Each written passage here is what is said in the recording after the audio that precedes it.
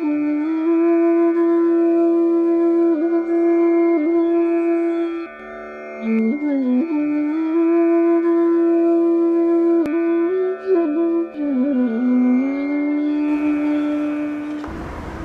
ये परा और अपरा है, इनका हमें संधि भी कराना जरूरी है, नहीं तो आप परा प्रकृति के क्षेत्र में आप जा नहीं सकते हैं। वर्तमान में जिसके ज्ञान नहीं है, यानी उस अवस्था तक नहीं पहुंचा है, अभी परा प्रकृति से कुछ लेना देना नहीं, दूर दूर तक, क्योंकि सहस्त्रार चक्र का तो अभी विकास ही नहीं हुआ, तो परा प्रकृति कहाँ से आई? वो तो इससे भी परे और हो गया। तो उसे दिखाई देता है संधि करते हुए। उस समय वास्तविकता का पता होता है, दिशाओं का भान होता है, हालांकि दिशाओं का कोई पदार्थ नहीं है। जो दिशाएं होती हैं वो कोई विशेष पदार्थ नहीं होता है, सिर्फ समझने की चीज़ है। यानी जो अपरा प्रकृति, उसको क्या दिखाई देता है कि अत्यंत स्वच्छ पानी है, जो वास्तव में वो वृत्तियों, चित्त में ही वृत्तियों का स्वरूप होता है। दिखता चित्त में ही है, लेकिन साधक अनुभव में देखता है दूर से, ऊंचाई से खड़ा हुआ, कि दाहिनी तरफ, इसका भी अर्थ होता है दाहिनी तरफ अत्यंत स्वच्छ पारदर्शी पानी है थोड़ी सी जगह में, उसी में पानी के ऊपरी सतह में, सतह के ऊपर नहीं, सतह के नीचे, लेकिन ऊपरी सतह पर, यानी उसका शरीर पूरा पानी में डूबा हुआ, लेकिन ऊपर अत्यंत सुंदर स्त्री, बिना वस्त्र के, लंबे लंबे बालों वाले जो फैले दिखाई देते हैं, जिसका सिर पश्चिम दिशा की ओर है। दिशाओं का भान होता है, ऐसा लगता है अत्यंत गहराई में सोती जा रही, जैसे बहुत गहराई में सो रही, और उसी समय दिखाई देता उसका सिर पश्चिम तरफ होता, पैर पूर्व की ओर।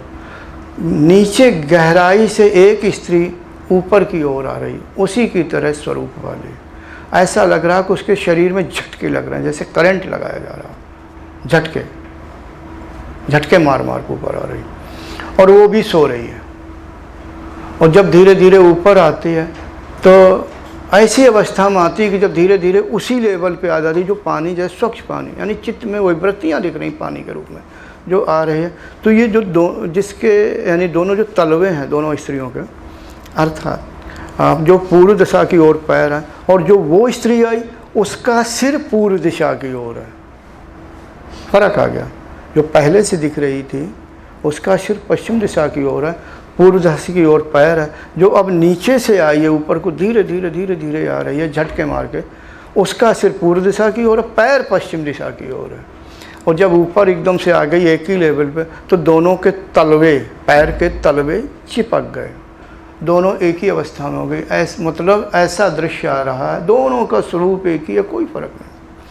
जो पहले वाली स्त्री है गहरी निद्रा में जा रही है, जो अभी नीचे से आ रही है ऐसा लगता कि ये जागने वाली है, उसके चेहरे से लगता बिल्कुल साफ दिखाई देता। वो दृश्य ऐसा होता है जब तक अभ्यासी जिंदा रहेगा, जैसे मैं हूँ, भूला नहीं हूँ, मुझे याद नहीं, फिर भी 24-25 साल हो गए होंगे अनुभव, याद नहीं, जब पढ़ूँ तब देखूँ कितने हो गए, 23-24 साल।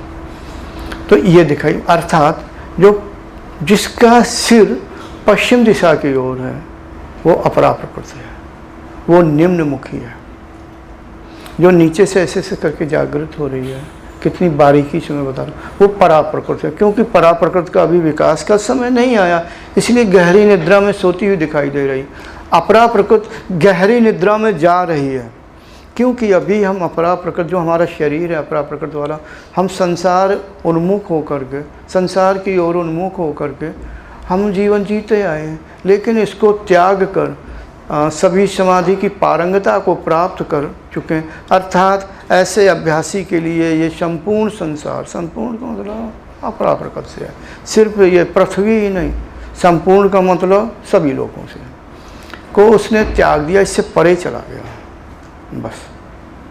तो यानी ये संधि होना जरूरी नहीं, तो परा प्रकृति के आप क्षेत्र में जाएंगे कैसे? तो संधि होने का मतलब ये नहीं कि आपको प्राप्त हो गया, यानी अभी आपको परा प्रकृति यानी ईश्वर का क्षेत्र मिल जाएगा, कुछ नहीं मिलेगा। अब आप सोच लीजिए कितनी बारी आप सोचते हो कि मैंने नाम लिया और ईश्वर तक पहुंच गया। ईश्वर मैं सगुण ब्रह्म को कह रहा हूँ। तो ईश्वर तक बात पहुंच गई। अरे वहाँ तक तो विकास ही नहीं है, आप कैसे जा सकते हैं, कुछ भी नहीं है, वो महाकारण अवस्था में है, आप स्थूल से बात कर रहे हैं। ठीक।